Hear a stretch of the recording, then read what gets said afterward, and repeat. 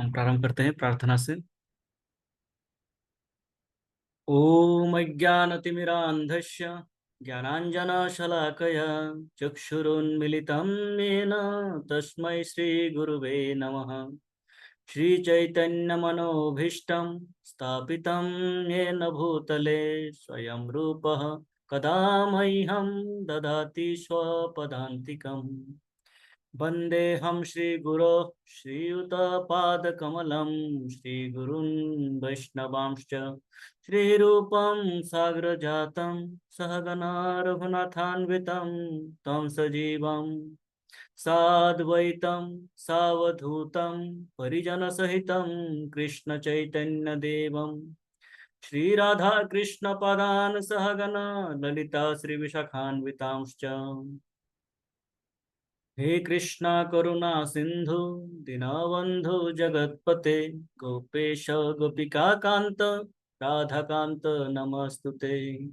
तप्त कांचन गौरांगे राधे वृंदावनेश्वरी वृषभानुसुते देवी प्रणमामि हरिप्रिये।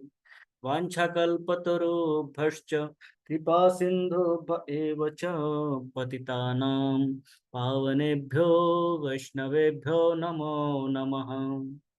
जय श्री कृष्ण चैतन्य प्रभु नित्यानंद श्री अद्वैत गदाधर श्रीवासादि गौर भक्त वृंद। हरे कृष्णा कृष्ण कृष्ण हरे हरे हरे राम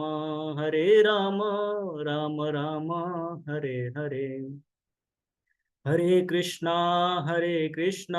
कृष्ण कृष्ण हरे हरे हरे राम राम राम हरे हरे। हरे कृष्णा कृष्ण कृष्ण हरे हरे हरे राम राम हरे हरे। हरे कृष्णा। श्रीला प्रभुपाद के आशीर्वाद से हम प्रतिदिन एकत्रित हो पाते हैं, मिल पाते हैं, समय निकालते हैं हम और भगवान के विषय में चर्चा करते हैं और उस चर्चा में आनंद भी लेते हैं। एक एक प्रकार के आनंद मिलती होगी, अन्यथा ये संभव नहीं है कि प्रतिदिन एक समय पे आके सभी जन यहाँ पे जूम ज्वाइन करते हैं और श्रवण कीर्तन करते हैं। यदि आनंद नहीं आता होता तो ये संभव नहीं होता। 2 दिन 4 दिन करते, 1 महीना 2 महीना करते, 5 महीना करते, उसके बाद बोलते छोड़ो, क्या समय की बर्बादी हो रही है?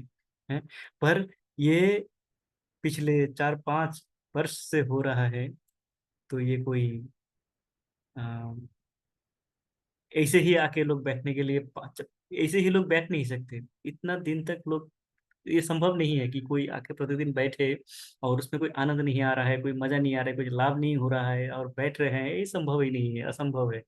तो सभी को, जो भी यहाँ पे रोज आते हैं, ज्वाइन करते हैं, सभी को कुछ ना कुछ लाभ मिल रहा होगा। किसी को आनंद मिल रही होगी, किसी को ज्ञान मिल रहा होगा, किसी को संग मिल रहे होंगे।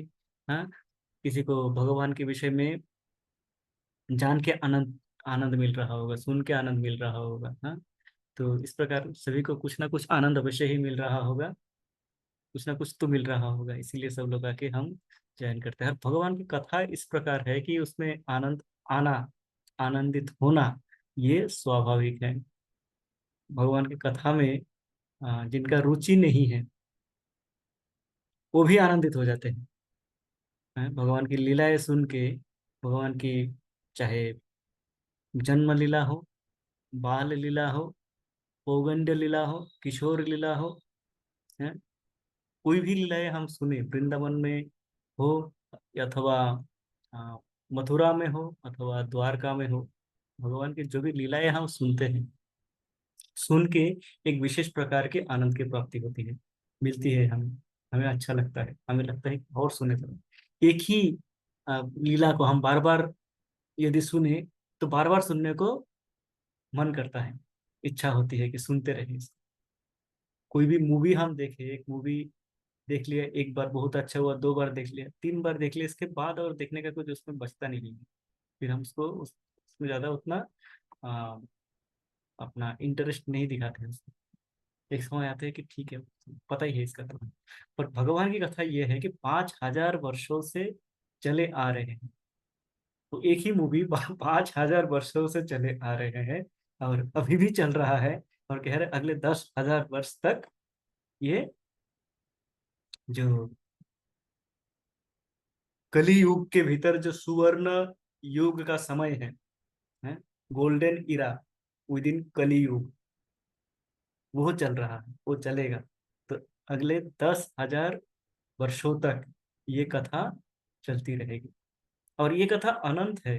10,000 इसको वर्षों में बांधा नहीं जा सकता है, क्योंकि ये कथा, ये चतुर्युग जाएगा, नया चतुर्युग आएंगे, वहां पे भी यही कथा चलेगी, भगवान की यही लीला होगी, यही कथा पुनः आवृत्ति होगी, पुनः इसी को दोहराए जाएंगे। तो भगवान की लीला इस प्रकार है, शाश्वत है, इसलिए भगवान भी शाश्वत है। भगवान के लीला से मात्र उनके भक्तगण ही नहीं, कई ऐसे हम जानते हैं जो विधर्मी हैं, वो भी आके भगवान का लीला से आप्लुत हो जाते हैं और भगवान के लीला गुण वर्णन में लग जाते हैं। वृंदावन में ऐसे है। वृंदावन में एक ब्रज भाषा में एक कवि है, ब्रज भाषा में जिन्होंने कविता लिखे हैं, रस खान। रस खान जी का एक बहुत ही मधुर कविता है, वो ब्रज बोली में लिखे हुए हैं। वो बताते हैं, धुरी भरे अति शोभित श्यामजू, तैसी बनी सिर सुंदर चोटी, खेलत खाद फेरई अंगना, पग पेजनी बाजती पिरी कछोटी, वाछबी को रसखानी विलोकत, भारत काम कला निधि कोटि, काग के भाग बड़े सजनी, हरी हाथ सो ले गयो मखन रोटी। भगवान के भगवान जब 2-2.5 वर्ष के थे, हाँ, हाथ में रोटी और मक्खन लेके, मक्खन रोटी मैया यशोदा ने प्रेम से दिया उनको, एक हाथ में मक्खन है, एक हाथ में रोटी है, खाओ। वो आंगन में घूम रहे हैं, क्या कर रहे हैं, धूरी भरे अति शोभित श्यामजू, शरीर में धूल से सने हुए हैं, आंगन में घूम रहे हैं। बाल, आप उस पे ध्यान कीजिए, उस रूप में ध्यान कीजिए कि श्री कृष्ण 2-2.5 वर्ष के हैं उस समय, हैं, आंगन में घूम रहे हैं, खेल रहे हैं। हाँ, उनके पाँव में कंगा, या क्या कहते हैं उसको, नुपुर है, कोमर में कोमर बंद बंधे हुए हैं, पूरे शरीर खाली है, श्याम वर्ण के हैं, और उसमें धूल से सने हुए हैं। साधारणतः हमारे शरीर में धूल आएगा तो हम गंदे हो जाते हैं, हम वैसे ही देखने में अच्छे नहीं हैं, और धूल मिट्टी लग जाए तो जैसे और गए, हमारे जितने भी थी वो भी चली गई सुंदरता। भगवान के उस रूप में, बाल रूप में, चेहरे पे धूल से सने हुए हैं, बोल रहे हैं, रसखान जी लिखते हैं कि धूरी भरे अति शोभित श्यामजू, धूल से भरे हुए, धूल धूल जब उनके शरीर में भरे हुए हैं, उससे मानो उनका शोभा, उनके सुंदरता और वृद्धि हो गई, बढ़ गई है, देखने में और सुंदर लगने लगी। श्याम वर्ण के हमारे कृष्ण, श्याम, घन श्याम, जो कि घने बादल के रंग के हो, उनके सुंदरता और वृद्धि हो गई, बढ़ोतरी हो गई सुंदरता में। और वो क्या कर रहे हैं, तैसी बनी सिर सुंदर चोटी, मैया यशोदा ने एक सुंदर सी चोटी बना के दिया उनको, बाल जैसे उनके बड़े बड़े थे, हैं, करली होता है, क्या कहते हैं उसको, घुंघराले बाल होते हैं, सुंदर बाल बिखरे हुए हैं, और एक सुंदर सी चोटी मैया यशोदा ने प्रेम से बांध दिया। तो ऐसे ही सुंदर लग रहा था, ऐसे ही इतना सुंदर लग रहा था, इनका मुख कमल इतने सुंदर हैं कि उनको वैसे ही देखते रहे। ऊपर से मैया यशोदा ने एक चोटी बांध दिया, जिससे कहते हैं कि सुंदरता में चार चांद लग गए हैं। वैसे श्री कृष्ण के मुख चंद्र को मुख चंद्र कहते हैं, मुख चंद्र वो एक चांद ही है, उसमें और चांद लग गए हैं। उस प्रकार की सुंदरता वृद्धि हो गई। फिर वो क्या कर रहे हैं, खेलत खात फिरय अंगना है, पूरे आंगन में वो खेल रहे हैं और खा भी रहे हैं। जो मक्खन दिया हुआ है, रोटी दिया हुआ है। आप सोचिए, ये कौन है, किसकी बात कर रहे हैं हम?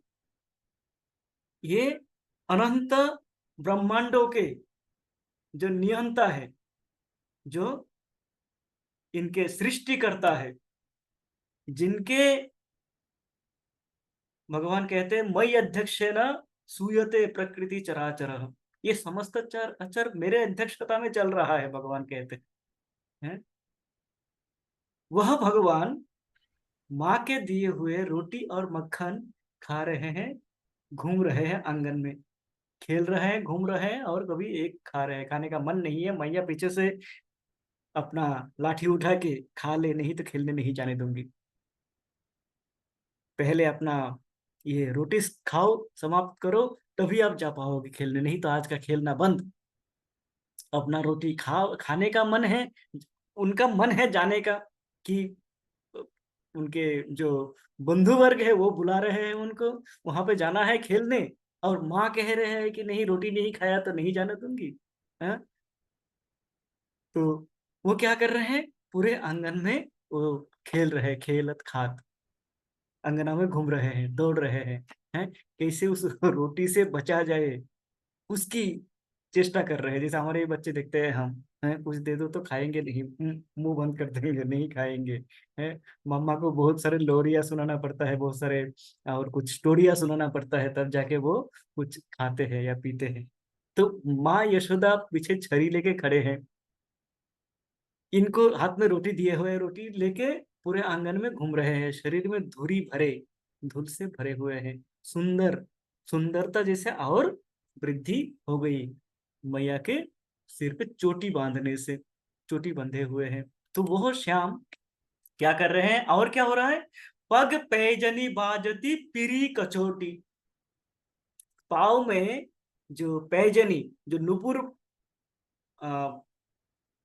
बंधे हुए हैं, पहनाए हुए हैं, वहां जैसे वो भाग रहे हैं, दौड़ रहे हैं, तो वो पैजनी बाज रहे हैं, बज रहे हैं, टुंग टुंग टुंग टुंग आवाज कर रहे हैं, उसके झन छन छन छन आवाज कर रहे हैं।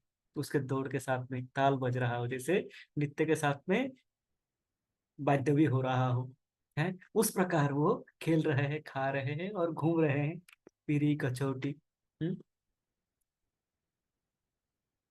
अब रसखान कहते हैं, वाह छवि को रस खानी विलोकत, वाह छवि को, उस छवि को, वो जो दृश्य है, ये दृश्य जो हमने अभी चर्चा किया, ये दृश्य जहाँ पे बाल रूप कृष्ण, श्याम वर्ण कृष्ण, धूल से सने हुए, सिर में चोटी बांधे हुए, हाथ में मक्खन रोटी लिए हुए, पाँव में पैजनी है, वो समस्त आंगन में घूम रहे हैं और खा रहे हैं और खेल रहे हैं।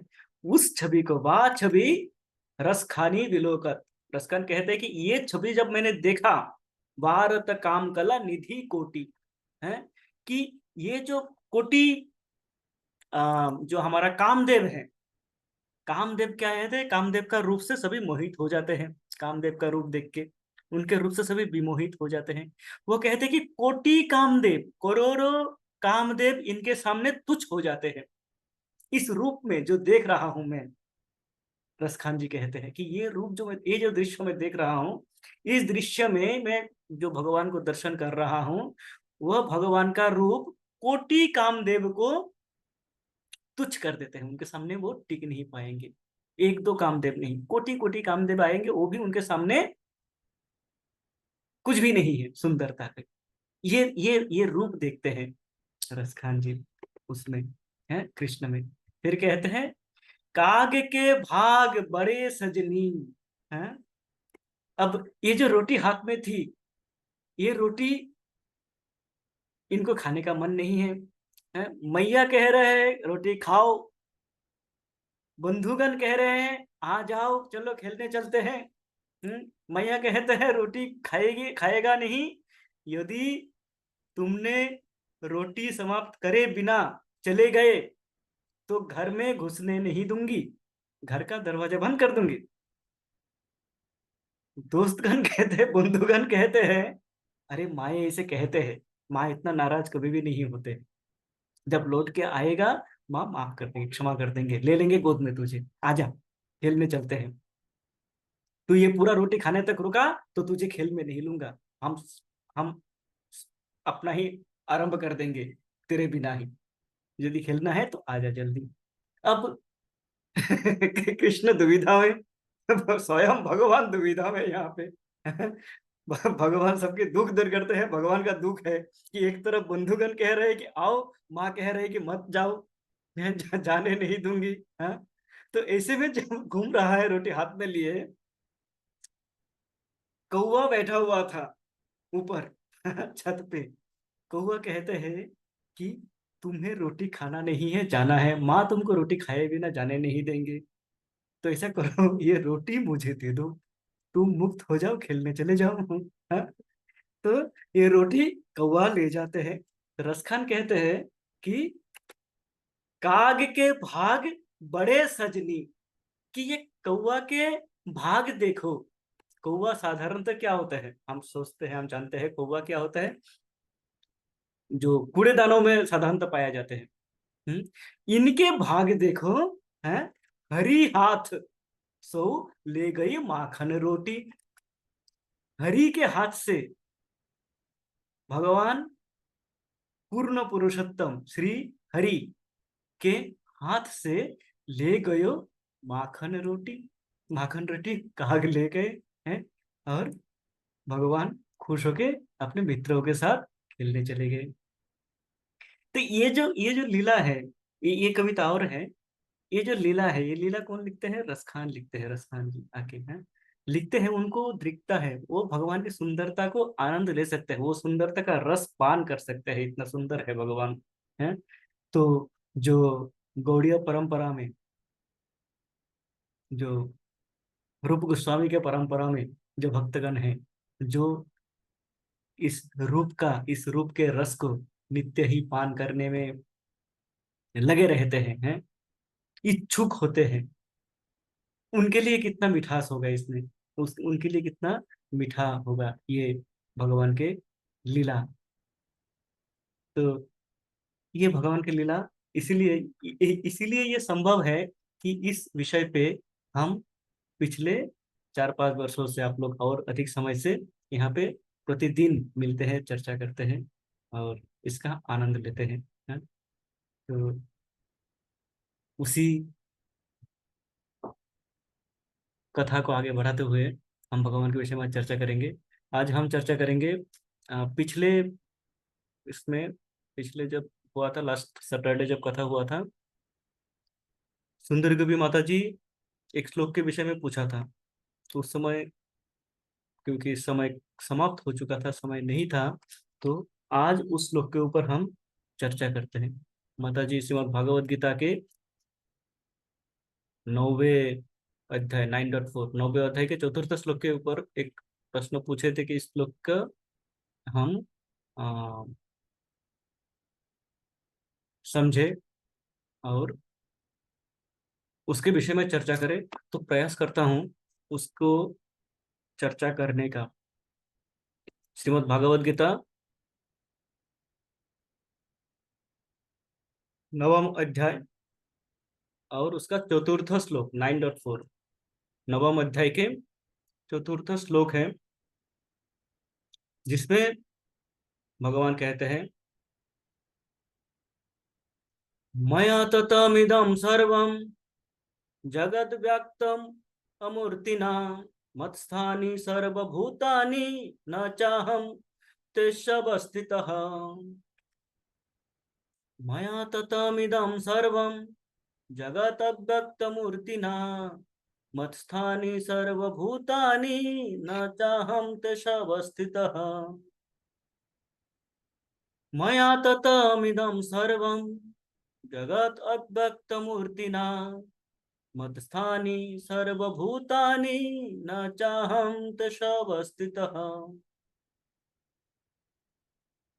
भगवान एक प्रकार से अपने ऐश्वर्यों के विषय में बता रहे हैं, अपने अचिंत्य, भगवान के जो अचिंत्य रूप हैं, उनके जो अचिंत्य लीलाएं हैं, उसके विषय में, उनके जो ऐश्वर्य है जिसके विषय में हम कल्पना भी नहीं कर सकते, उसके विषय में बता रहे हैं भगवान। और भगवत गीता के विषय में कहते हैं कि आदि माधवी माता जी कुछ कहना चाहते हैं। हरे कृष्ण प्रभु जी, दंडवत प्रणाम। हेलो। सॉरी प्रभु जी, डिस्टर्ब। हाँ। मैं वो श्लोक का एक बार फिर से बता दीजिए, कौन सा अध्याय का था? नवम अध्याय, जी। उसका फोर्थ, चतुर्थ श्लोक। ठीक है, धन्यवाद। हाँ हाँ। तो इसमें बताते हैं कि प्रथमतः हम भागवत गीता में विषय में सुन ले हैं। भागवत गीता, भगवत गीता क्या है कि सर्व उपनिषद गावो दुग्धा गोपाल नंदन, पार्थो वत्स सुधीर भोक्ता दुग्ध गीतामृतम महत। गीता महात्मा में लिखा हुआ है, बताते हैं आदि शंकराचार्य जी कहते हैं कि ये गीता क्या है, हैं? सर्व उपनिषद गावो। यदि हम मान ले कि समस्त उपनिषद, ये सारे उपनिषद जितने हैं हमारे 108 उपनिषद हैं, ये मान ले कि ये गौ माताएं हैं, अत्यंत जो जो सुरभि गाय होते हैं उस प्रकार के गौ माताएं हैं, सभी उपनिषद मान लेते हैं। तो सर्व उपनिषद गावो, तो उन गांवों का दोग्धा गोपालानंदन। दोग्धा कौन है? गोपाल नंदन, नंदनंदन श्री कृष्ण। उस गांव, उस गौ माताओं से दूध निकालने वाले स्वयं श्री कृष्ण है। और पार्थो वत्स, जो अर्जुन है, अर्जुन मानो वत्स है, गौ माता के जो बच्चे हैं, बछड़ा है वो। हाँ। तो ये जो गौ माताएं, जब हम दूध दूहने जाते हैं तो उनका बछड़ा होना आवश्यक है, और बछड़ा प्रथम दूध पान करते हैं और उसके बाद वो दूध निकालते हैं। तो वह यहाँ पे यदि समस्त उपनिषद गोमाताएं हो, दूध निकालने वाला, दूध दूहने वाला स्वयं कृष्ण हो, और पार्थ अर्जुन उसका वत्स बछड़ा हो, है, तो ये दूध किनके लिए है? सुधीर भोक्ता, समस्त सुधीजन, समस्त साधुजन, साधु संतों के लिए ये दूध निकाला जा रहा है? ये दूध है। और दूध क्या है? दुग्धम गीतामृतम महत। जो दूध निकल रहे हैं वो दूध है ये गीता, अर्थात समस्त उपनिषदों से सार निकाल के स्वयं भगवान ये हम सभी के लिए छोड़ के जा रहे हैं, हम सभी के लिए मानो परोस रहे हैं ये दूध। हमें कष्ट करके, कष्ट उठा के 108 उपनिषद पढ़ने की आवश्यकता नहीं है यदि हम गीता को पढ़ ले। कारण समस्त उपनिषदों के सार इस गीता में दिए हुए हैं। और किसने दिया है? स्वयं भगवान ने दिया है, स्वयं भगवान के मुख से। यहाँ स्वयं पद्मनाभस्य मुख पद्माद विनिश्रित, ये स्वयं भगवान के मुख पद्म से निकले हुए हैं। और ये अमृत रूपी जो गीता है, ये गीतामृत हमें भगवान ने दिया है। तो इसमें समस्त उपनिषदों का सार है। तो ये श्लोक जो हम अभी चर्चा कर रहे हैं नवम अध्याय के चतुर्थ, इसमें भी हम देखेंगे कि भगवान के स्वरूप के विषय में कह रहा है, जो कि हमारे हमारे भगवान के जो अचिंत्य रूप हैं वह हमें कुछ मिलेंगे ईशोपनिषद में भी है, ईशोपनिषद में भी इसका कुछ वर्णन हमें मिलेंगे। तो इसमें कहते हैं मया ततम इदम सर्वम जगत अव्यक्त मूर्तिना, मया मेरे द्वारा, मैं ततम इदम सर्वम जगत, ये समस्त जगत क्या है, ये जो समस्त जगत दृश्यमान है, ये जगत क्या है, समस्त में मैं व्याप्त हूं, मेरे द्वारा व्याप्त है, ये समस्त में है, मेरी व्याप्ति है, मेरा विस्तार है ये है। और मेरा विस्तार किस प्रकार मेरा विस्तार है, अव्यक्त मूर्तिना, ये जो मेरा विस्तार है इसमें मैं दृश्यमान नहीं हूं। ये जो समस्त जगत हम देखते हैं, समस्त ये तो हमारा एक विश्व, एक ब्रह्मांड हुआ, ऐसे अनेकों अनंत ब्रह्मांड है। इस अनंत ब्रह्मांड क्या है, भगवान का एक विस्तार है, भगवान का अंश है, भगवान इनको विस्तार करते हैं, सृष्टि करते हैं। तो भगवान कह रहे हैं कि ये समस्त मेरे ही व्याप्ति है, मेरे ही विस्तार है। पर मेरा अव्यक्त मूर्ति, यहाँ पे मैं दृश्यमान नहीं हूं। मद स्थानी सर्वभूतानी, ये समस्त भूतानी अर्थात समस्त जो जीव है, ये जीव क्या है, मुझ में है, मत स्थानी मुझ में है, ये सारे ये समस्त जीव मुझ में स्थित हैं। न चाहम तेषु अवस्थित, पर क्या है, मैं उनमें नहीं हूं, मैं उनमें अवस्थित नहीं हूं। ओके, तो माता जी का ये प्रश्न था कि इसको कैसे समझे, कि भगवान कि ये समझना थोड़ा सा कष्टदायक है यदि हम इसके भावों को ना समझे और हमने इसके बैकग्राउंड में उपनिषद को ना समझे। तो कि भगवान कह रहा है कि ये मेरे ही विस्तार है, सब में मैं हूं, है मेरे से, मेरी व्याप्ति है सब कुछ, मेरे अदृश्य रूप है, मेरा जो अव्यक्त रूप है, ये अव्यक्त रूप से ये समस्त विस्तार है, ये चराचर जगत, समस्त जगत है, जो जड़ है, जो जीव है समस्त, ये क्या है, मेरी ही व्याप्ति है, मेरी ही विस्तार है। मत स्थानीय सर्वभूतानि, मुझ में सब है पर मैं उनमें नहीं हूं, ये कैसे संभव है, मैं तो हूं उसमें पर ये मुझ में नहीं है, पर मैं उनमें नहीं हूं, है? मैं उनमें नहीं हूं, न चाहम तेषु अवस्थित, मैं उनमें अवस्थित नहीं हूं। तो इसको समझने के लिए क्या होगा, हमें आचार्यों का शरण लेना पड़ेगा कि आचार्य हमें क्या समझाते हैं, और हमें थोड़ा सा शास्त्रों का अध्ययन करना होगा। तो इसमें साधारण जो जैसे बताया था, प्रभुपाद जी ने यही बताते हैं कि ये समस्त, जो साधारण अर्थ हमने भी चर्चा किया है कि ये समस्त जो जगत है, दृश्यमान जगत है, ये दृश्यमान जगत भगवान की विस्तार है, भगवान इनका विस्तार करते हैं। और भगवान का ये अव्यक्त रूप है, हम मान सकते हैं भगवान का जो अव्यक्त रूप है, जो रूप भगवान का दृश्यमान नहीं है, भगवान का कई सारे रूप है तो है उनमें से एक रूप है अव्यक्त रूप, जो कि दिखते नहीं है, हैं, दिखते नहीं है। तो मायावादी सोचते हैं कि भगवान दिखते नहीं है, भगवान अदृश्य है, भगवान का कोई रूप नहीं है, ये मायावादियों का मानना है। तो इसीलिए वो कहते, भगवान कहते हैं कि मत स्थानी सर्वभूत, सब मुझ में स्थित है पर मैं उनमें अवस्थित नहीं हूं। मैं उनमें अवस्थित क्यों नहीं हूं, प्रभुपाद यहाँ पे क्लियर करते हैं। प्रभुपाद कहते हैं कि भगवान के जो स्वरूप है, इस स्वरूप को हम हमारे ये जो भौतिक इंद्रिय है, इस भौतिक इंद्रियों के द्वारा हम इनको समझ नहीं सकते हैं। जो ये है उपदेशामृत, नेक्टर ऑफ डिवोशन, भक्ति रसामृत सिंधु, शिला रूप गोस्वामी के लिखे हुए भक्ति रसामृत सिंधु में रूप गोस्वामी लिखते हैं, अतः श्री कृष्ण नामादि न भवेत ग्राह्यम इंद्रियैः सेवन मुखे ही जिह्वादौ स्वयं एव स्फुरत अधः।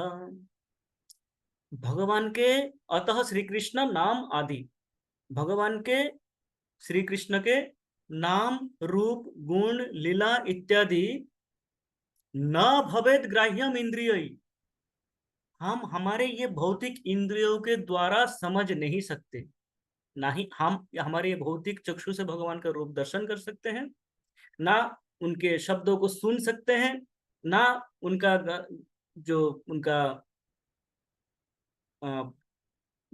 गंधों को हम उसको सूंघ पाएंगे, है ना उनका स्वाद ले पाएंगे। तो हमारी जो ये भौतिक इंद्रियां है, ये जब तक भौतिक है, भौतिक माया जाल में बंधे हुए हैं,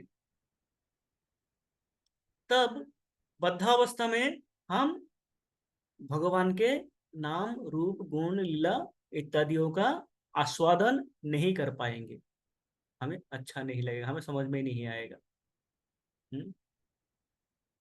जैसे पीलिया हो जाने पे सब कड़वा लगते हैं, कभी 4-5 दिन तक बुखार रहे हमारे तो जिह्वा का टेस्ट खराब हो जाता है, कुछ भी तो लगता है क्या है, कुछ भी कुछ किसी में भी हमें स्वाद नहीं आता है। पर जब धीरे धीरे खाते रहते हैं, धीरे धीरे खाते खाते खाते खाते वो पुनः स्वाद आ जाते हैं। तो इस प्रकार ये हमारा अवस्था है, पीलियाग्रस्त अवस्था। हमारी स्वाद चली गई, जिह्वा के खराब हो गई, तो हम भगवान के नाम रूप गुण लीला, जो रूप अभी रस खान जी का हमने चर्चा किया, भगवान के वो रूप हम नहीं देख पाते हैं, वो रूप हम उसका अनुभव नहीं कर पाते हैं, अनुभव कारण हमारी इंद्रिया अपूर्ण है, हमारी इंद्रिया अभी क्या है, इस संसार के काम क्रोध लोभ मोह के द्वारा आवृत हैं, ढके हुए हैं, तो हमें वो स्वाद नहीं मिल पाता है। तो इसलिए हम क्या सोचते हैं कि भगवान दृश्यमान नहीं है, तो मायावादी जो कि इनका स्वाद आस्वादन करने का प्रयास भी नहीं करते हैं, वो यही कहते हैं कि भगवान का कोई रूप नहीं है, निराकार है, निराकार ब्रह्म, और निराकार रूप में भगवान का पूजा करते हैं। अब निराकार रूप में किसका पूजा करें, किसी का तो ध्यान कर नहीं सकते, तो भगवान ये क्या करते हैं कि शून्य या कुछ चिंता करते, पता नहीं क्या करते होंगे। तो इनका क्या है, तो उन इसलिए कह रहे कि वो अतः श्री कृष्ण नामादि न भवेत ग्राह्यम इंद्रिय, पर होगा कैसे, है? सेवन मुखे ही जिह्वा दो, जिह्वा से प्रारंभ करके जब हम भगवान की सेवा प्रारंभ करते हैं, भगवान का सेवा करना, जिह्वा से क्या सेवा कर सकते हैं हम, भगवान का नाम ले सकते हैं और भगवान का प्रसाद का स्वाद आस्वादन कर सकते हैं।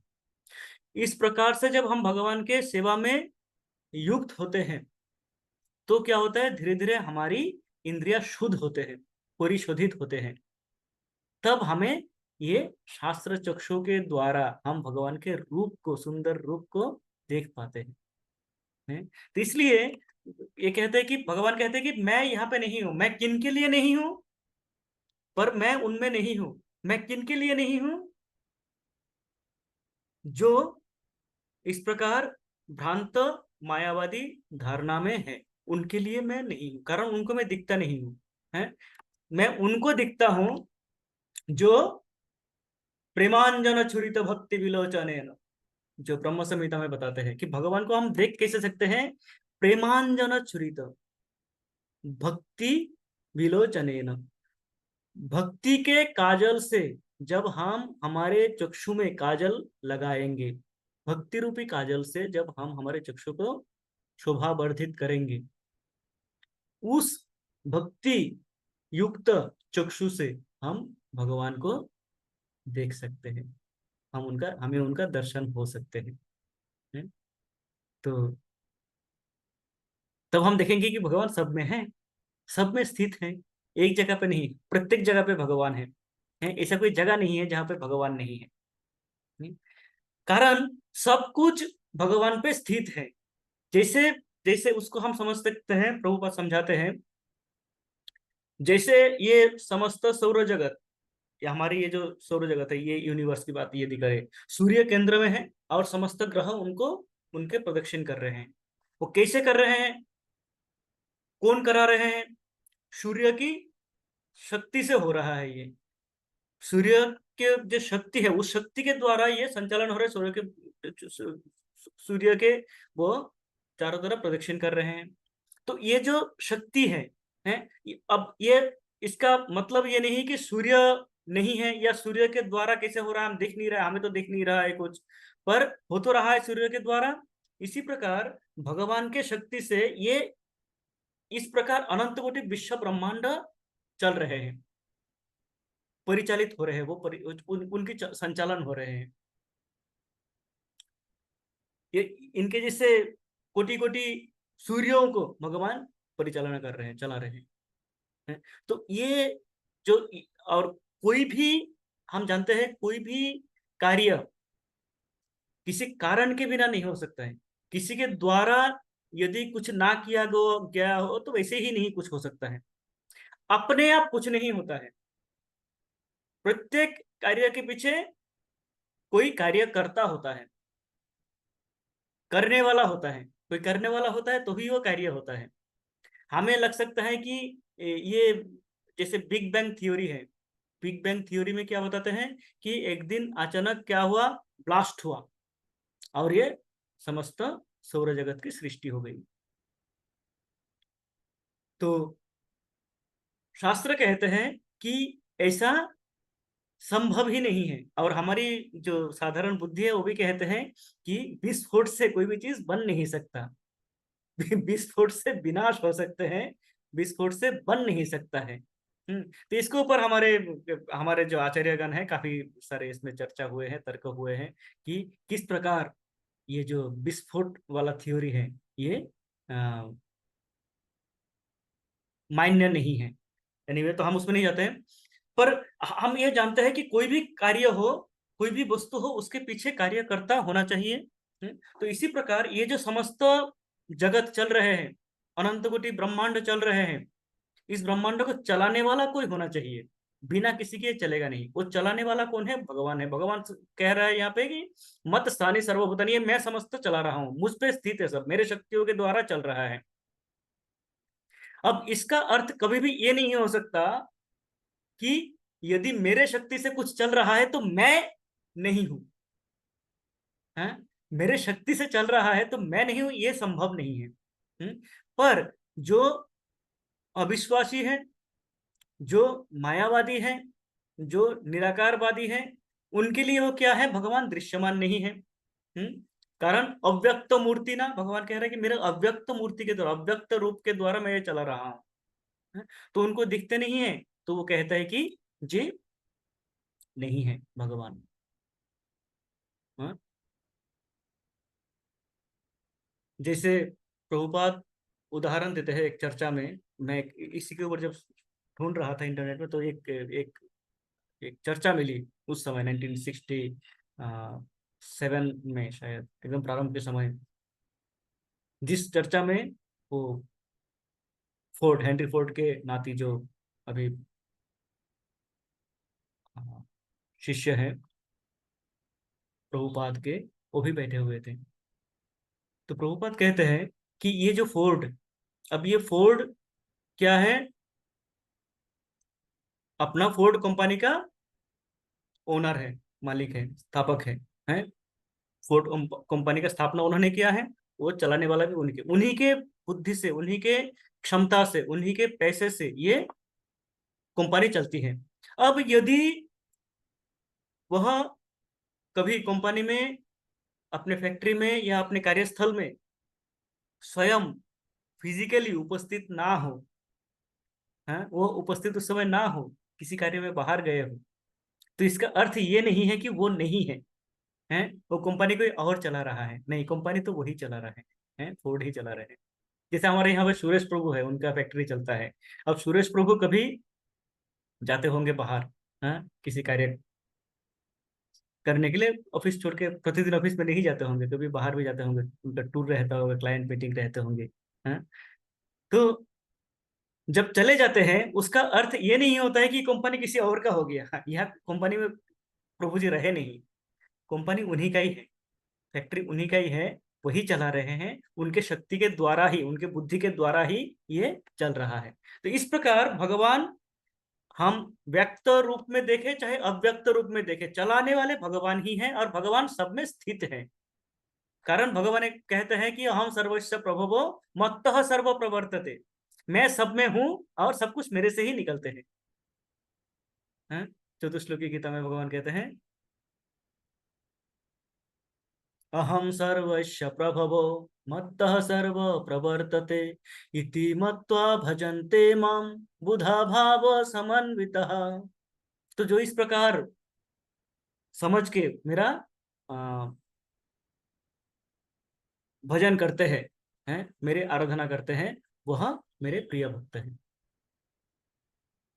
वो बुद्धि युक्त है, इस प्रकार भगवान कहते हैं। तो भगवान सब में व्याप्त है। और उसका उदाहरण यदि हम देखें कि भगवान सब में व्याप्त है, इसका उदाहरण क्या है, कहाँ पे हम देख सकते हैं, तो हम देख सकते हैं कई सारे कथाएं हैं। हमारे समय भी जा रहा है, तो हाँ, तो है थोड़ा सा। तो कई सारे कथाएं हैं जहाँ पे हम देखते हैं कि भगवान अपने स्वरूप को दिखाते हैं। जैसे प्रहलाद महाराज की कथा है। हिरण्यकशिपु एथीस्ट है, नास्तिक है, वो भगवान को मानते नहीं है। वो कहते कहाँ है भगवान तेरा, है किस भगवान की बात कर रहा है तू, कौन है भगवान तेरा, कहाँ रहता है भगवान। प्रहलाद महाराज कहते हैं भगवान सब में है, कण कण में है, प्रत्येक अणु परमाणु में है भगवान, प्रत्येक जीव में है, दृश्यमान अदृश्य सब में भगवान है। तो हिरण्यकशिपु गुस्सा हो जाते हैं कि ये समस्त संसार मुझसे चलता है। मेरे इशारे से, मेरे चुटकी बजाने से देवराज इंद्र आ जाते हैं, आके मेरे बगीचे में पानी डालते हैं। मेरे बगीचे के पौधों में पानी डालते हैं देवराज इंद्र, सब मुझसे कांपते हैं। तू 5 वर्ष का बच्चा, तू कह रहा है कि भगवान कोई और है, मैं ही भगवान हूं। तो वो कहते हैं, प्रहलाद महाराज कहते हैं कि मतिर्ना कृष्णे परतो स्वतो वा। यदि आपका मति, वैसे तो मति आपका भगवान में स्वयं ही होना चाहिए, यदि नहीं है तो किसी के कहने पे होना चाहिए, तब भी नहीं है तो आपको क्या करना चाहिए, वनम गत्वा हरिम आश्रयेत। आप वन में जाइए और भगवान हरि का आश्रय लीजिए। क्रोधान्वित हो जाते हैं, एकदम आग बबूला हो जाते हैं। हिरण्यकशिपु, हैं तेरी इतना स्पर्धा, तू कहता है भगवान सब में है, ठीक है।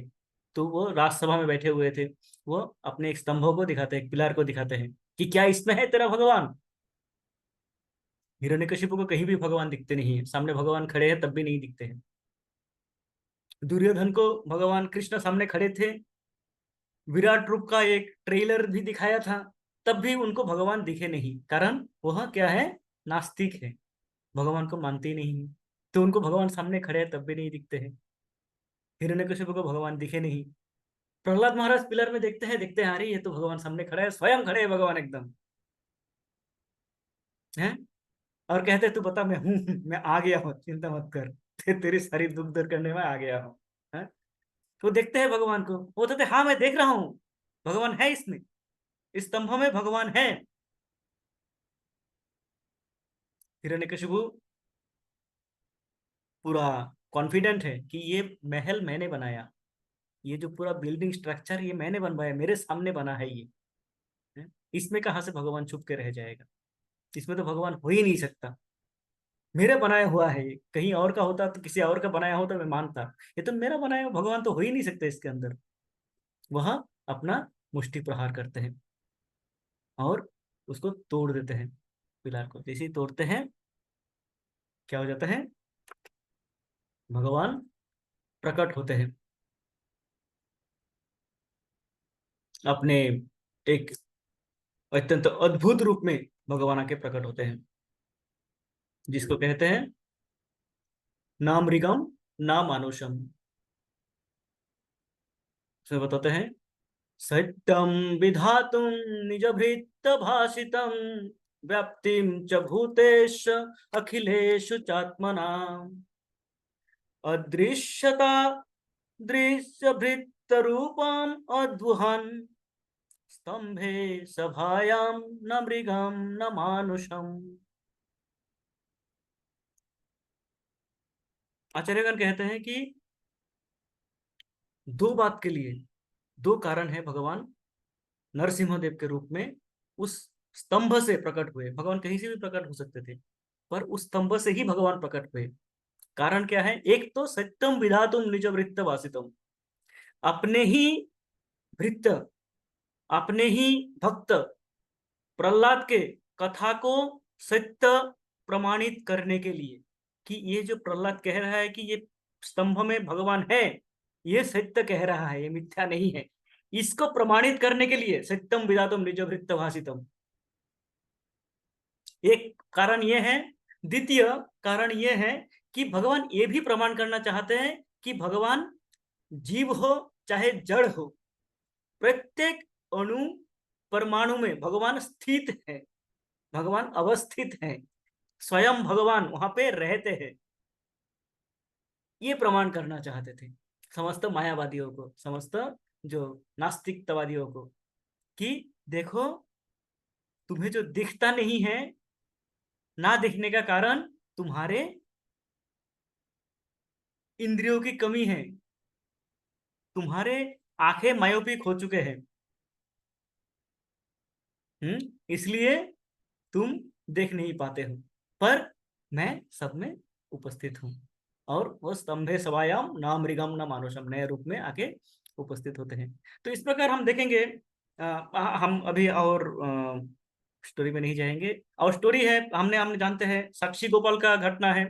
प्रभुपाद कई बार इनका उदाहरण देते हैं। साक्षी गोपाल हम जानते हैं कि भगवान स्वयं साक्षी देने के लिए अपने विग्रह से बाहर आए थे और साक्षी दिए थे, हैं, जिनको दक्षिण भारत में साक्षी गोपाल के रूप में पूजा जाता है। वह साक्षी दिए थे, गोपाल जी आके स्वयं साक्षी दिए थे एक ब्राह्मण की सत्य को रक्षा करने के लिए। वो गल्प हम कभी फिर सुन सकते हैं। फिर हम जानते हैं क्षीर चोर गोपीनाथ। गोपीनाथ स्वयं क्षीर जो उनको दिया गया था वह चोरी करके लाते हैं माधवेंद्रपुरी के लिए, है, माधवेंद्रपुरी को वो खीर जाके खिलाते हैं। वो खीर दिया जाता है, वो खीर खिलाते हैं। इस प्रकार भगवान अपने भक्तों के लिए कई बार अपना रूप को प्रकट किया और बताया कि मैं सब में स्थित हूं, पर वह जिनके आंखें खुले हुए होते भी बंद है, वह मुझे देख नहीं पाते हैं। उनके लिए क्या हूं मैं? ना तेषु अवस्थित, मैं उसमें अवस्थित नहीं हूं, उनके लिए मैं नहीं हूं, कहीं पे भी नहीं हूं। हाँ, पर ये समस्त सृष्टि मेरे से ही चलते हैं। तो इसको इस प्रकार हम सोच सकते हैं।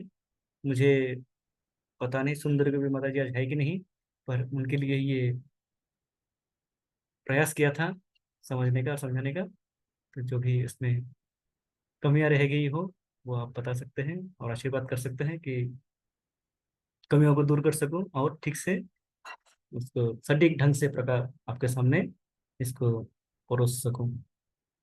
इसी भावना के साथ मैं अभी समाप्त करता हूँ। वांछा कल्पतरुभ्यश्च कृपा सिंधुभ्य एव च पतितानां पावनेभ्यो वैष्णवेभ्यो नमो नमः। हाँ, अरे